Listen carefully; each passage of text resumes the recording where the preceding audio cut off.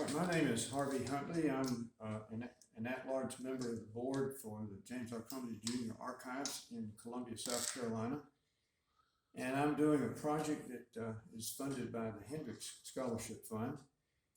My focus is on ELCA congregations in Region 9, which is basically the southeastern U.S. and the Caribbean, that are predominantly African descent in membership, either historically or presently. I have identified roughly 40 such congregations, some of which are no longer active, but all of which have been active at some point during the last 100 years or so. What has surprised me is the amount of material that the archives already has. There's far more material than I would have guessed prior to getting into this. I've been working on this for right at a year and still have not reached the point where I can say, well, I'll be done in the next week or two. So there's quite a wealth of material that can be very helpful, I think, in learning how the Lutheran Church has attempted to do outreach work with people of African descent. There's a rich history of that, history that I was not familiar with, at least most of it I wasn't familiar with prior to doing this work.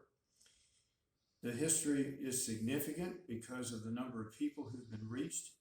It's significant because of the number of variety of strategies that have been attempted by various Lutheran bodies.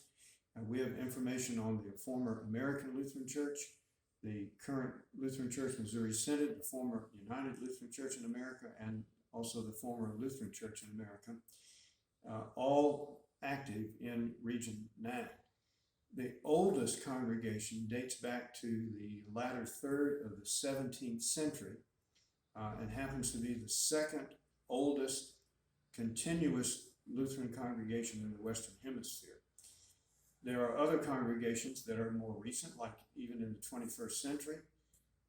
So there's quite a mixture and quite a variety of backgrounds of the people that were attempted to be reached. So there are very many quite interesting stories to be found here in the archives.